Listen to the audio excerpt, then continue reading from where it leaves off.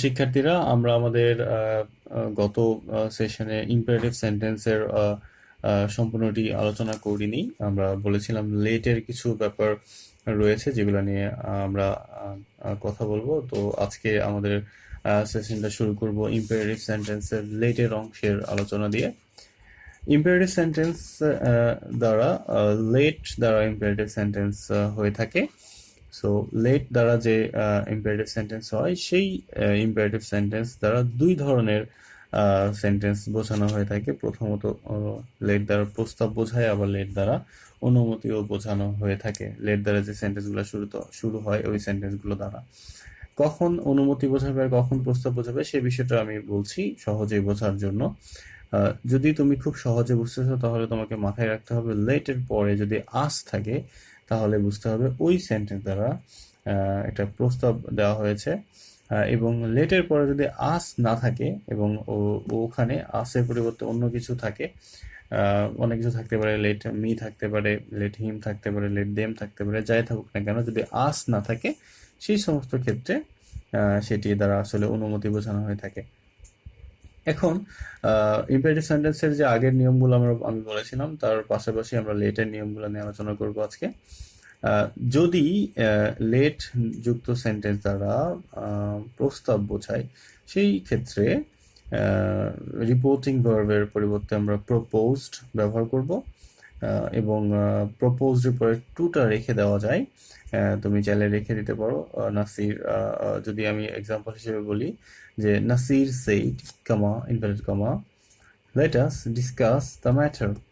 দেখো এখানে ইনভার্টেড কমার ভিতরে দ্যাট ইজ রিপোর্টেড স্পিচের ভিতরে রয়েছে let us discuss the matter. সেন্টেন্সটি শুরু হয়েছে লেট দ্বারা এবং লেটের সাথে আস রয়েছে, তাহলে আমরা বুঝতে পারছি এটা দ্বারা একটা প্রস্তাব দেওয়া হয়েছে। সহজ ভাষায় বোঝার জন্য আমি বলেছি কিভাবে বুঝতে হবে। তাহলে প্রস্তাব যদি দিয়ে থাকে তাহলে আমরা রিপোর্টিং ভার্বের পরিবর্তে প্রপোজড ব্যবহার করব। তাহলে নাসির প্রপোজড দ্যাট। এবং আরেকটা ব্যাপার হচ্ছে যে ইনভার্টেড যদি ইম্পারেটিভ সেন্টেন্সের লেট যুক্ত সেন্টেন্সগুলোর ক্ষেত্রে কমা ইনভার্টেড কমার পরিবর্তে দ্যাট ব্যবহার করতে হবে। আর আমরা জানি যে মূলত ইম্পারেটিভ সেন্টেন্সে লেট মানে প্রস্তাব বা অনুমতি ছাড়া অন্য কোনো কিছু বোঝালে সেই সমস্ত ক্ষেত্রে কমা ইনভার্টেড কমার পরিবর্তে টু ব্যবহার করা হয়, কিন্তু এখানে ব্যবহার করা হবে দ্যাট। এবং দ্যাট ব্যবহার করার পরে আমাদেরকে সাবজেক্ট খুঁজে বের করতে হবে। আমাদেরকে মাথায় রাখতে হবে যদি তারপরে আমাদেরকে যেটি খেয়াল করতে হবে সেটি হচ্ছে দ্যাটের পরে সাবজেক্টে কি হবে। যেহেতু লেটের পরে আস থাকে তার মানে এখানে বহু বচন বোঝাচ্ছে। এবং দেখো রিপোর্টিং ভার্বের সাবজেক্টে বা অবজেক্টে ফার্স্ট পারসন যদি না থাকে তখন সরাসরি তার পরিবর্তে আমরা দে ব্যবহার করব। তাহলে দেখো এখানে রিপোর্টিং ভার্বের সাবজেক্টে নাসির রয়েছে, অবজেক্টে কিছু নেই, ফার্স্ট পারসন কেউ নেই। সো আমরা এখানে ব্যবহার করব নাসির প্রপোজ দ্যাট দে। এখন যদি লেট দ্বারা প্রস্তাব বোঝায় তার মানে দ্যাটের পরে লেটের পরে যদি আস থাকে তাহলে আমরা সাবজেক্টের পরে শুড ব্যবহার করতে হবে, শুড বসাতে হবে এবং বাকি অংশ বসে যাবে শুড ডিসকাস দ্য ম্যাটার। তাহলে পরিবর্তনটা হচ্ছে Nasir proposed that they should discuss the matter. আমার মনে হয় তোমরা বিষয়টি বুঝতে পেরেছো এটি কেন কিভাবে পরিবর্তিত হলো এবং কি পরিবর্তনটা আসলে এখানে আমরা বোঝানোর চেষ্টা করছি। এবার আমরা যে বিষয়টা নিয়ে কথা বলতে চাই সেটি হচ্ছে লেট দ্বারা যদি প্রস্তাব না বোঝায় তাহলে কি হবে। লেট দ্বারা যদি প্রস্তাব না বোঝায় তাহলে সেটা অবশ্যই অনুমতি বোঝাবে এবং অনুমতি বোঝালেও আমাদের যে পরিবর্তনটি আসবে সেটি আমি বলছি, খেয়াল করো। অনুমতি বোঝালে রিপোর্টিং ভার্বের পরিবর্তে আমরা টোল্ড বা টেল ব্যবহার করব বা টেলস ব্যবহার করতে পারি। সেটা ডিপেন্ড করবে আসলে রিপোর্টিং ভার্বের কোন টেন্সে আছে তার উপরে।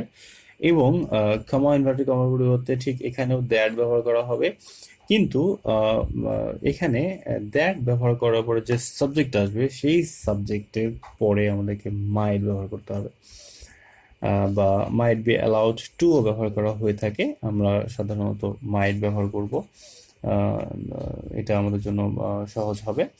সো তাহলে আমাদেরকে মাথায় রাখতে হবে যে যদি লেট দ্বারা যে সেন্টেন্সগুলো হয় সেটা দ্বারা প্রস্তাব না বুঝিয়ে অনুমতি বোঝায়, তাহলে আমরা রিপোর্টিং ভার্বের পরিবর্তে টেল বা টোল ব্যবহার করবো, এবং কামা ইনভার্টেড কমার পরিবর্তে ব্যবহার করবো হচ্ছে দ্যাট, এবং এরপরে আমাদের সাবজেক্ট অনুসারে যে সাবজেক্ট আসে সেই সাবজেক্টটা আমরা বসাবো, এবং তারপরে মাইট বসবে এবং বাকি অংশ বসে যাবে। উদাহরণস্বরূপ যদি ডাইরেক্ট নারেশনে বলা হয় Kamal said to me let me go to the meeting, খেয়াল করে দেখো এখানে লেটের পরে মি রয়েছে, তার মানে এটা একটি অনুমতি চাচ্ছে, অনুমতি বোঝাচ্ছে। তো সেই ক্ষেত্রে আমরা বলবো কামাল told me, কারণ এটি অনুমতি বুঝিয়েছে, এবং কমার পরিবর্তে দ্যাট বসাবো।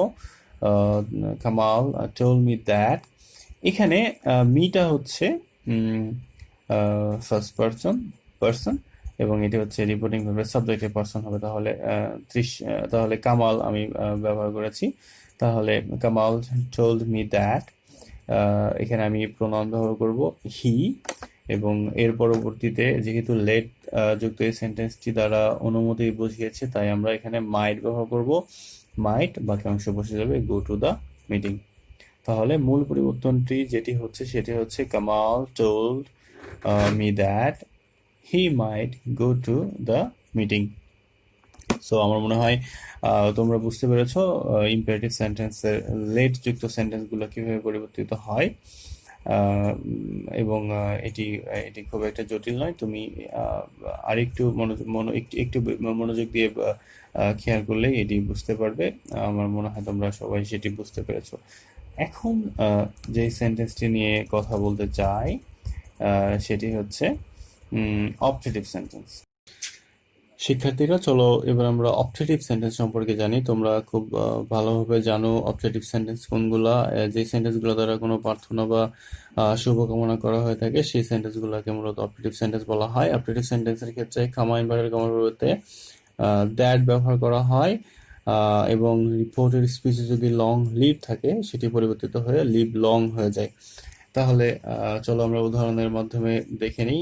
উদাহরণে যাওয়ার আগে আমি আবারও বলতে চাই, অবজেক্টিভ সেন্টেন্সে রিপোর্টিং ভার্ব এর পরিবর্তে উইশ বা প্রে ব্যবহার করা হয়ে থাকে। চলো উদাহরণটি দেখে নিই। ডাইরেক্ট নারেশনে যদি থাকে Kamal said to Jamal may you prosper in life, তাহলে দেখো এখানে সে কিন্তু শুভকামনা করেছে, তাহলে আমরা রিপোর্টিং ভার্বের পরিবর্তে লিখতে পারি উইশড। তাহলে ইনডাইরেক্ট নারেশনে হয় কামাল উইশড জামাল, কামাল পরিবর্তে দ্যাট হবে হি, তারপরে সাবজেক্ট আসবে, এবং সেন্টেন্সটি সাবজেক্ট খুঁজে বের করতে হবে। ইউ হচ্ছে সেকেন্ড পার্সন, এবং সেই অনুসারে আমরা হি বসাবো, এবং হি ব্র্যাকেটে লিখে দেবো জামাল, কারণ এটি সেকেন্ড পার্সন এবং রিপোর্টিং ভার্বের অবজেক্টিভ পার্সন হিসেবে বসেছে। আরেকটি বিষয় মনে রাখতে হবে যে যদি অপারেটিভ সেন্টেন্সের শুরুতে মে থাকে, তখন সেটি যে আমাদের সাবজেক্ট আসবে সেই সাবজেক্টের পরে সেটি মাইট হয়ে যায়। তাহলে পরিবর্তনটি দাঁড়াচ্ছে Kamal wished Jamal that he might prosper in life. আমার মনে হয় তোমরা বুঝতে পেরেছো। চলো আমি আরেকটা উদাহরণ আমরা দেখে নেই। ডাইরেক্ট নারেশন যদি থাকে they said long live our president, তাহলে এখানে দাঁড়াচ্ছে ইনডাইরেক্ট নারেশনে দ্য প্রেড দ্যাট, এখানে আওয়ার প্রেসিডেন্ট বলতে আসলে বোঝাচ্ছে তাদের প্রেসিডেন্ট, তাহলে এখানে দ্যাটের পরে আমরা সাবজেক্ট হিসেবে দেয়ার প্রেসিডেন্ট হচ্ছে, তারপরে অপারেটিভ সেন্টেন্সে সাবজেক্টের পরে অবশ্যই মাইট আসবে। মে থাকলে মাইট আসবে, এবং না থাকলেও আমাদেরকে মাইট বসাতে হবে। তাহলে দ্যাট দেয়ার প্রেসিডেন্ট মাইট, আবার আমি আগেই বলেছি লং লিভ থাকলে হয় লিভ লং, তাহলে লিভ লং। তাহলে এটি পরিবর্তন হয়ে হচ্ছে they prayed that their president might live long. আমার মনে হয় তোমরা বুঝতে পেরেছো। আমরা আজকে ইম্পারেটিভ সেন্টেন্সের লেটের অংশ এবং অপারেটিভ সেন্টেন্স সম্পর্কে একটি ধারণা পেলাম। আমার মনে হয় বিষয়টি তোমাদের কাছে সহজ লেগেছে। আজকে আমাদের সেশনটি এখানে শেষ করছি। সবাই ভালো থাকবে, সুস্থ থাকবে। আল্লাহ হাফেজ। আসসালামু আলাইকুম।